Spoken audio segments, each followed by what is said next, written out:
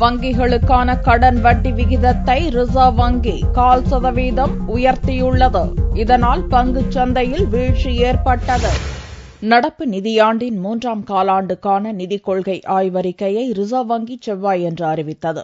ஆய்வறிக்கையை வெளியிட்டு பேட்டியளித்த ரிசர்வ் வங்கி கவர்னர் ரகுராம் ராஜன், வங்கிகளுக்கு ரிசர்வ் வங்கி வழங்கும் குறுகிய கால கடன்களுக்கான வட்டி விகிதத்தை 0.25% உயர்த்தியிருப்பதாக கூறினார். இதன் மூலம் வட்டி விகிதம் 7.45%-இருந்து 8% உயர்கிறது.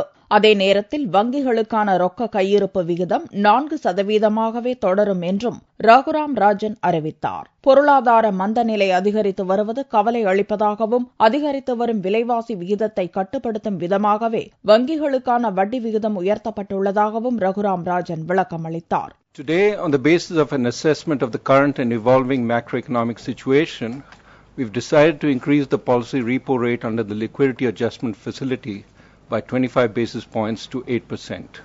The slowdown in the economy is getting increasingly worrisome.